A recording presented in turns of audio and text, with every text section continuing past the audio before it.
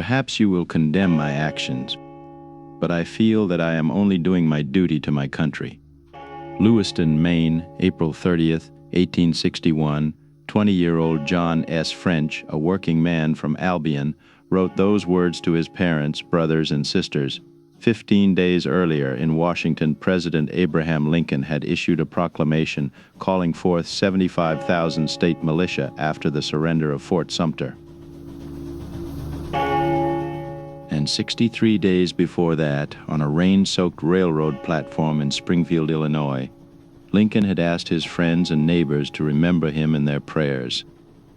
Episode 8 followed Lincoln as he left Springfield to face a task he believed greater than the one that had rested upon Washington. Episode 9 followed John French as that national crisis reached one family in Maine. Episode 10 is the document between them. From Springfield to Washington to Lewiston, a farewell, a proclamation, a family letter. On the government's page, the number was 75,000 in state houses.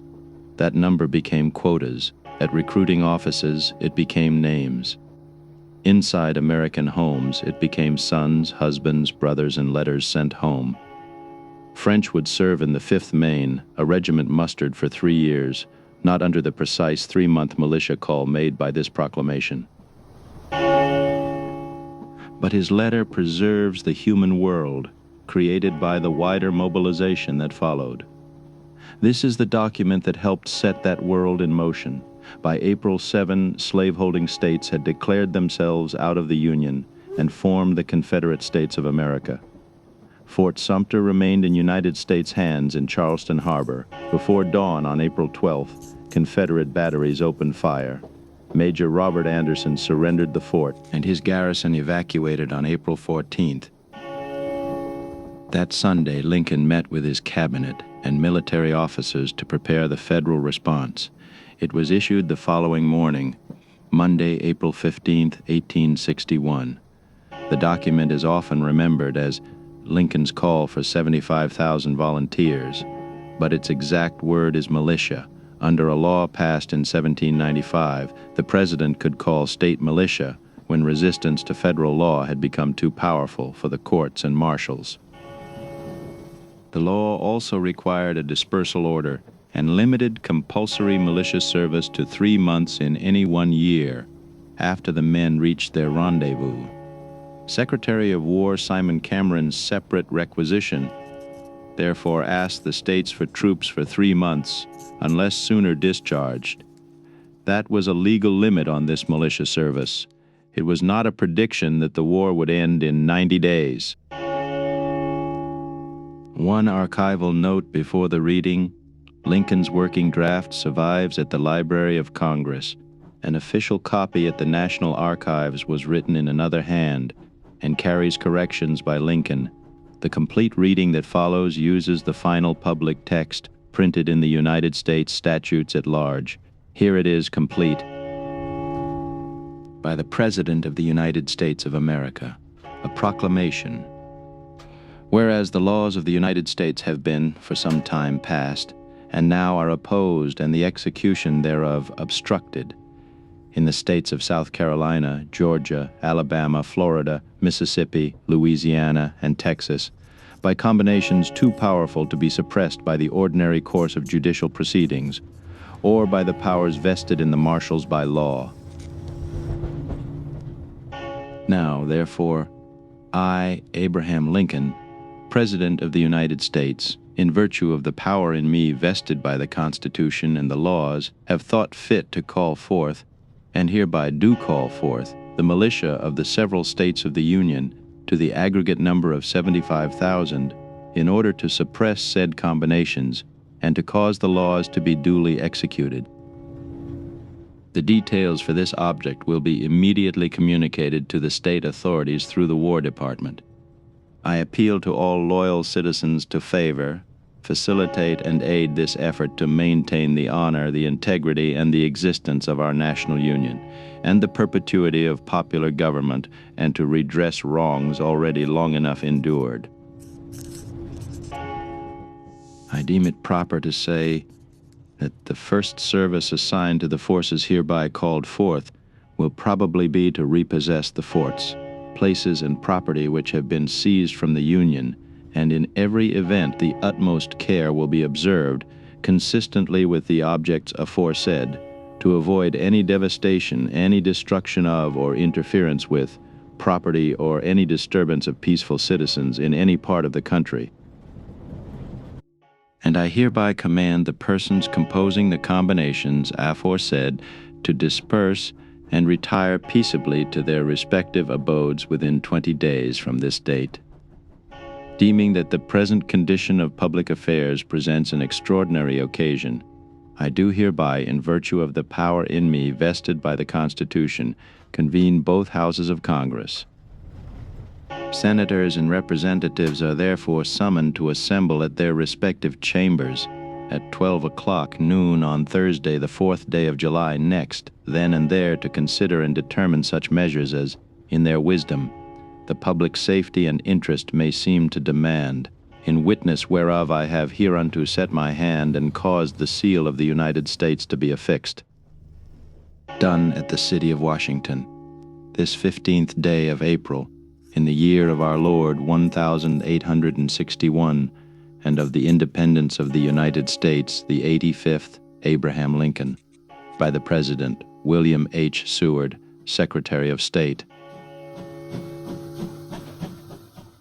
The proclamation named the 7 states that had already declared secession. It did not recognize the Confederacy as a foreign nation. It described resistance to United States law.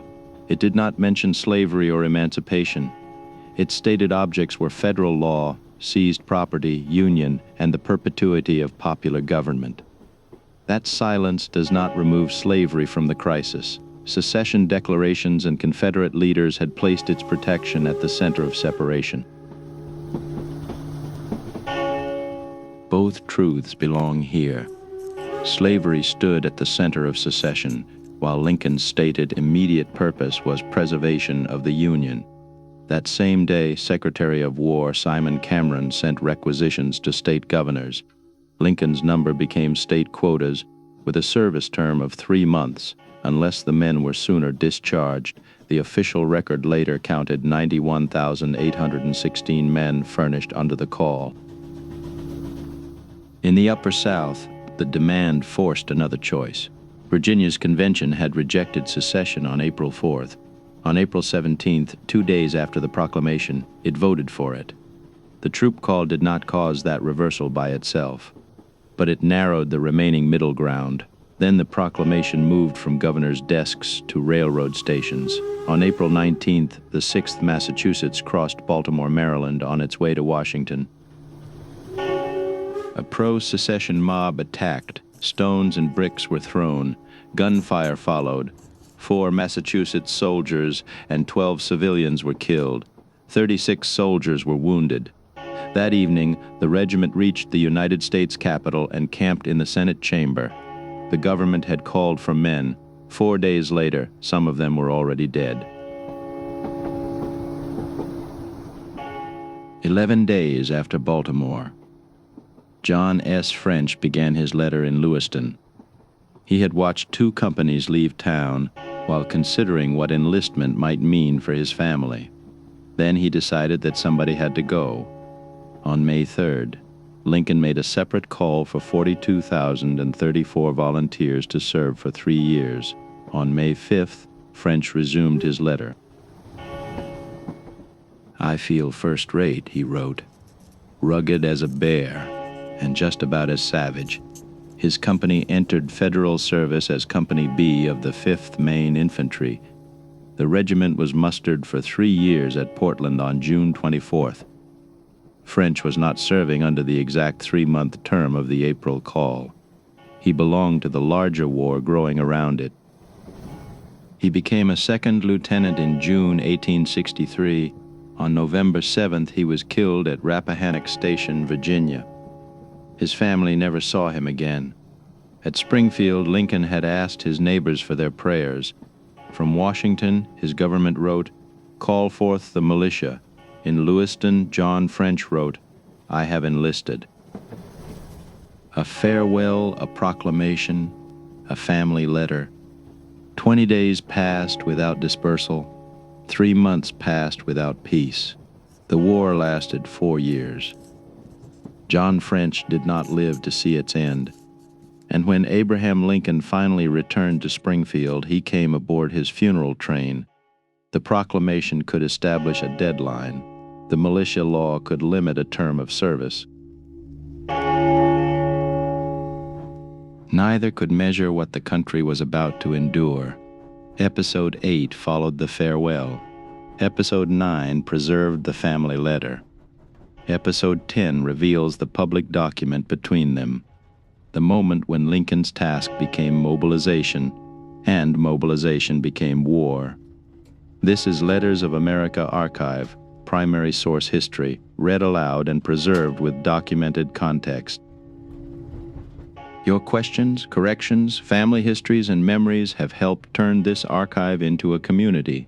I read them, I learn from them, and they help guide what we preserve next. If you want to help me continue researching, verifying, reading, and preserving these records, you can support Letters of America Archive on Patreon. Every share, every follow, and every contribution helps carry this work forward. What you have heard is the complete final public text of Abraham Lincoln's proclamation of April 15, 1861. If this document brought you closer to the people who lived through it, leave a like or a heart and share it with someone who believes these voices still matter. Follow Letters of America Archive here and subscribe on YouTube so the next document finds you. Before you go, tell me which document, letter, or forgotten voice from the opening months of the Civil War you want us to preserve next. Thank you for listening and for helping these words find another generation.